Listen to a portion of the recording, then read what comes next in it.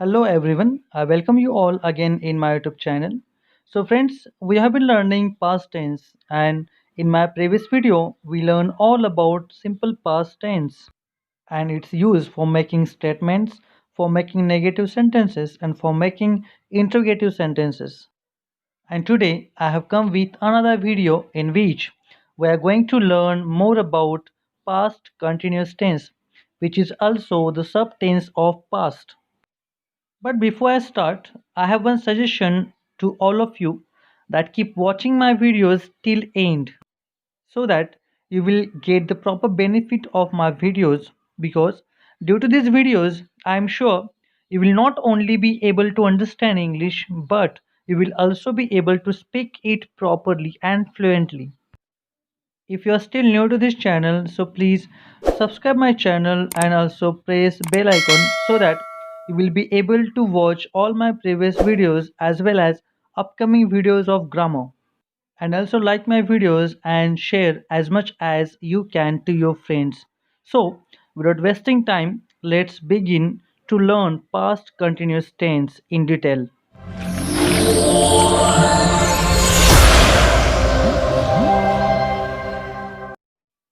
So friends, like present, past also has four subtenses in which we learn all about simple past in my previous video. So today we are going to learn all about past continuous tense. It's used for making statements, for making negative sentences and for making interrogative sentences. So let's begin. Friends, every tense has a particular structure and we need to just follow that structure properly. So please do not forget these structures ever. The structure for past continuous tense is subject, S for subject here, plus was slash were. Was and were are helping verbs that we have to use, plus verb with ing form, and plus object. It means in past continuous tense after subject we need to use either was or were.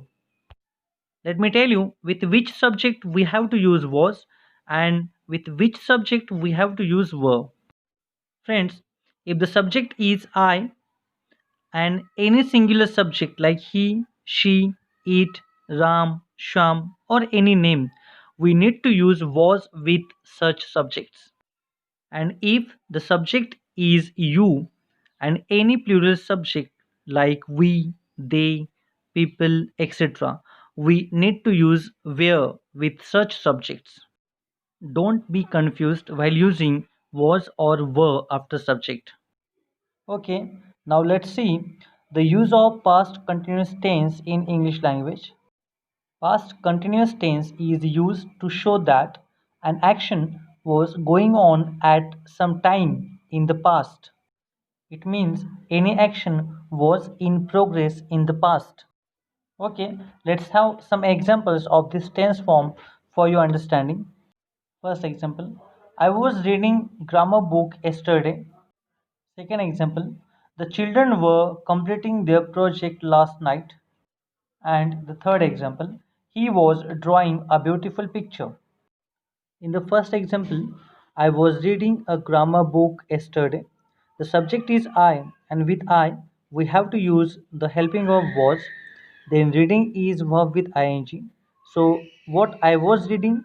A grammar book. So a grammar book is a object of the sentence, and yesterday is the remaining sentence. In the second sentence, the subject I used is the children, and the children it's a plural subject, and with plural we have to use were as a helping verb. So the children were completing, and completing is the verb with ing form. And what the children were completing? So the answer we get is their project. So their project in the second sentence is object, and last night is the remaining part of the sentence. Same with the third example. The subject is he, and he, you all know that it is singular subject. With singular also we have to use was, and I used was with that. Then I use drawing, which is the verb with ing form. Then what he was drawing? A beautiful picture. So the beautiful picture in the last sentence is object. And most important, all the actions were going on in the past. For example, reading a grammar book, then completing their project, and also drawing a beautiful picture. All the actions were going on in the past. So this way, you can make many more such examples of past continuous tense. Just use any subject and was or after that. You can also use past continuous tense along with simple past tense, especially when we are talking about an action that was in progress when another took place. For example, you can say, when I saw him, he was buying vegetables. Or you can say, the bell rang while he was taking a bath. Here, in the first example, I used a simple past. I saw him along with the past continuous tense. He was buying vegetables. And in the second example, again, I used simple past. The bell rang along with the past continuous tense. He was taking a bath. In the both examples, one action was in progress when another took place. So this way, you can use past continuous tense in English language for making statements.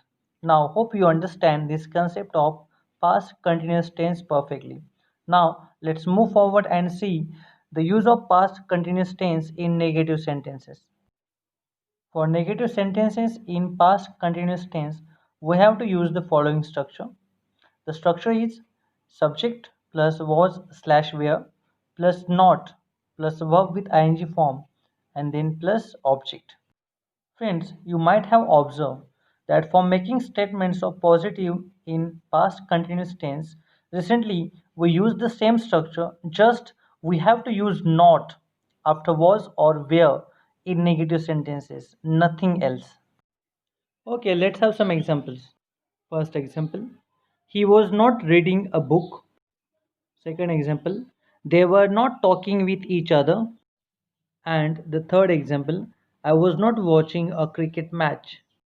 In all the three examples, after subjects he, they, and I have used either was or were as per the subjects, and after was and were, I have used not because we are talking about the negative sentences here.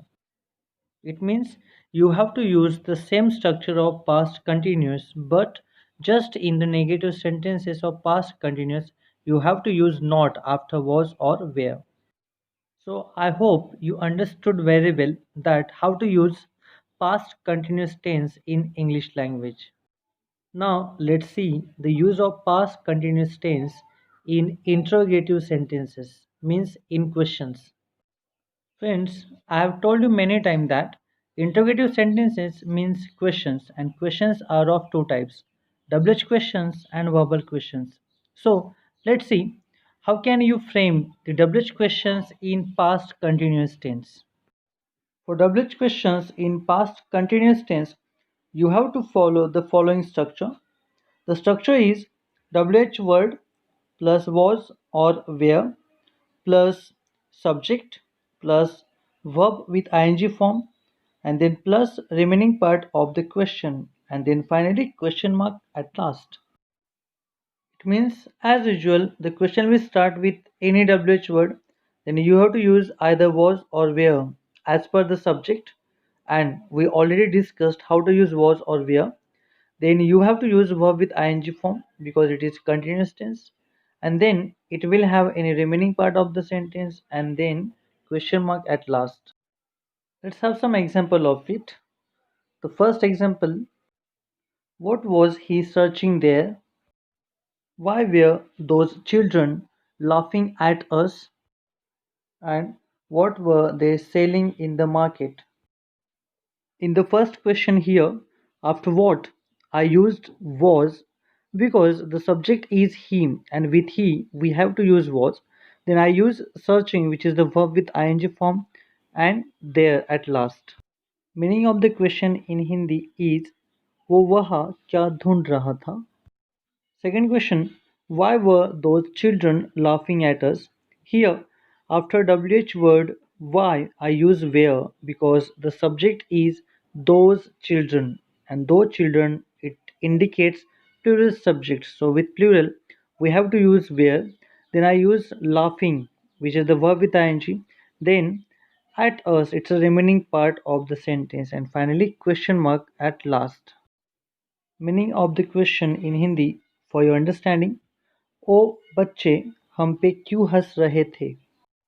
In the third question, after what, I used where because the subject is they and there is again plural subjects and we have to use where with such subjects. Then selling is the verb with ing. Then in the market is remaining part of the question. And meaning of this question is वो market में क्या बेच रहे थे? Hope you understood how to frame WH questions in past continuous tense. Just you need to use any WH word, then was where as per the subject used in the question. Nothing else.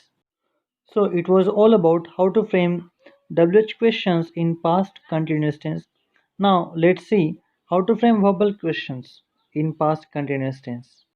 For framing verbal questions, we have to use the following structure. Your question will start with the helping verb was or were plus subject plus verb with ing form, then plus it will have any remaining part of the question and then question mark at last. And you can answer these questions by saying only yes or no because verbal questions are also called yes no type questions. And these questions always starts with helping verbs. Okay, let's have some examples of verbal questions in past continuous tense. The first question, was she feeling well then? Second question, were they playing with you? And the third question, was Mayur learning English grammar? See carefully. I started first question with was just because the subject is she and she is singular subject and with singular subjects we have to use was. Then I use feeling which is the verb with ing and then remaining part and finally question mark at last and we got the question was she feeling well then? It means क्या उसे तब अच्छा लग रहा था?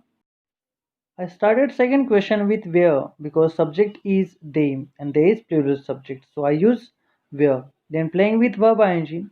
Then with you is the remaining part of the question. And we got the question were they playing with you? It means क्या वो तुम्हारे साथ खेल रहे थे? I started third question with was because Mayur is subject of the question and Mayur is singular subject. Then I use learning which is the verb with ing.